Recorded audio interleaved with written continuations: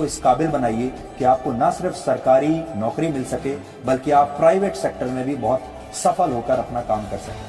अगर आप अपने परिवार के लिए कुछ करना चाहते हैं, अपने समाज के लिए, अपने लिए कुछ करना चाहते हैं, तो सिर्फ कुछ मुट्ठी भर सरकारी नौकरियों पर आश्रित होना बंद कर दीजिए।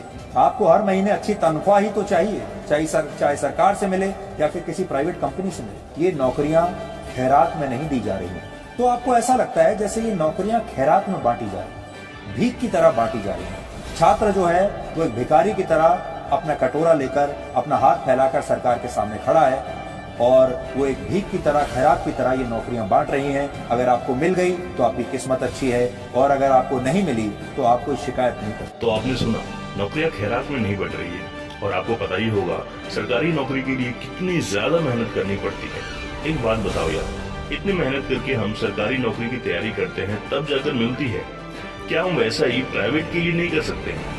हम उससे भी अधिक कमाई कर सकते हैं, बशर्ते हम अपने आप पर विश्वास होना चाहिए तथा अपने साहस पर भी विश्वास होना चाहिए। लेकिन दोस्तों, आपको एक सच्चाई बताता हूँ, एक फैक्ट बताता हूँ, शायद आप कभी रूबरू हुए भी होंगे। जब भी कोई वैकेंसी निकलती है, निकलने से पहले ही फिक्स हो जाती है।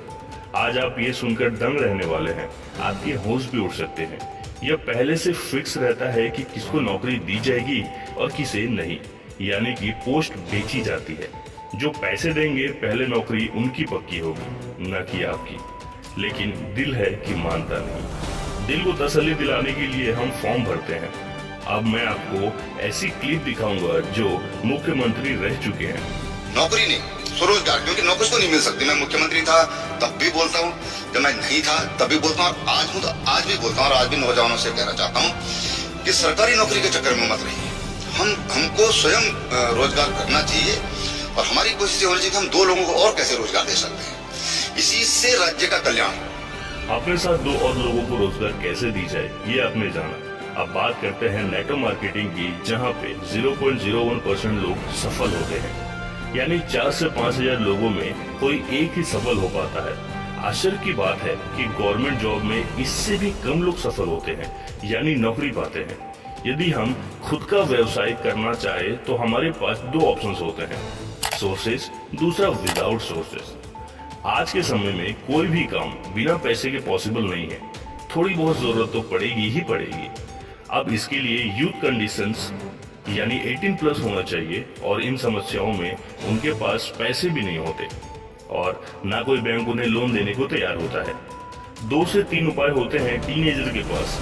पहले, बैंक लोन जो कि उन्हें नहीं मिलती। दूसरा, रिलेशनशिप लोन जो कि बैंक लोन से भी अधिक मुश्किल है, क्योंकि वे आपसे यही पूछेंगे कि क्या तुम मेरे पैसे वापस कर पाओगे, क्योंकि वो आपको बहुत पहले से जानते हैं, आपकी कंडीशंस को जानते हैं, आपको जानते हैं, आपको जज करेंगे कि क्या आप उनके पैसे वापस लौटा पाओगे या नहीं लौटा पाओगे। ज्यादातर केसेस में ये बैंक लोन से भी ज्यादा अधिक प्रॉब्लम देने वाला लोन होता है, जो कि इम्पॉसिबल होता है मिलना।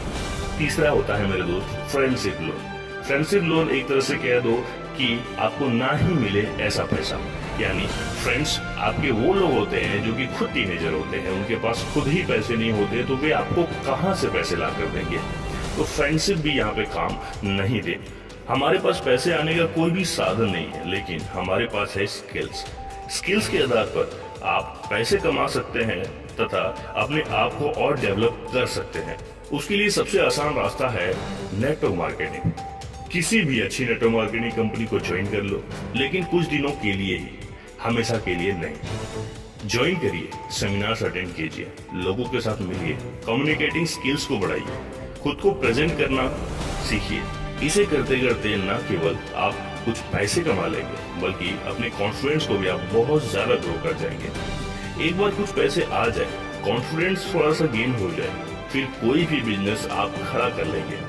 कभी भी काम करेंगे तो सीखने में 2 से 3 साल तो लग ही जाएंगे, लेकिन इससे अच्छा तो नेटवर्क मार्केटिंग है, जहाँ पे 6 महीने में आप कंप्लीट स्किल डेवलपमेंट सीख जाएंगे। मेरे नौजवान साथियों, आज सॉफ्टवेयर से लेकर स्पेस पावर तक, डिफेंस से लेकर आर्टिफिशियल इंटेलिजेंस तक, हर फील्ड में भारत का दबदबा है। दुनिया एक बड़ी शक्ति के रूप में देख रही है। भारत की इस शक्ति को स्पोर्ट्स स्पिरिट, खेल दिली कई गुना बढ़ा सकती है। यही आपकी सफलता का भी मंत्र है। और इसलिए मैं हमेशा कहता हूं, जो खेले वो ही खिले।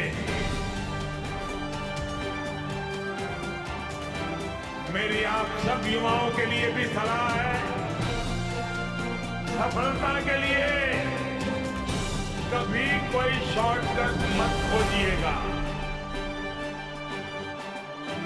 आपने रेलवे प्लेटफॉर्म पर देखा होगा,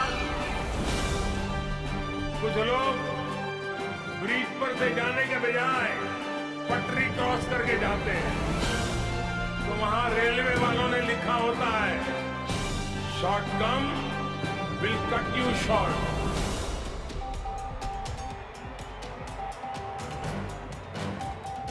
शॉर्टकट का रास्ता बहुत अल्पजीवी होता है।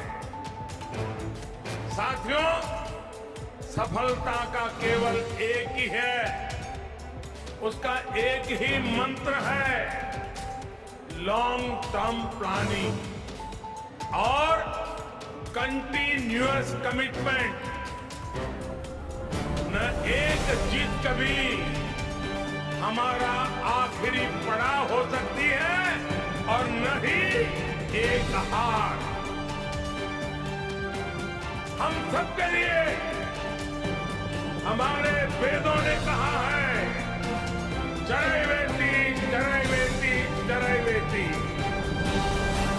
आज देश भी अनेक चुनौतियों के बीच बिना रुके, बिना थके और बिना झुके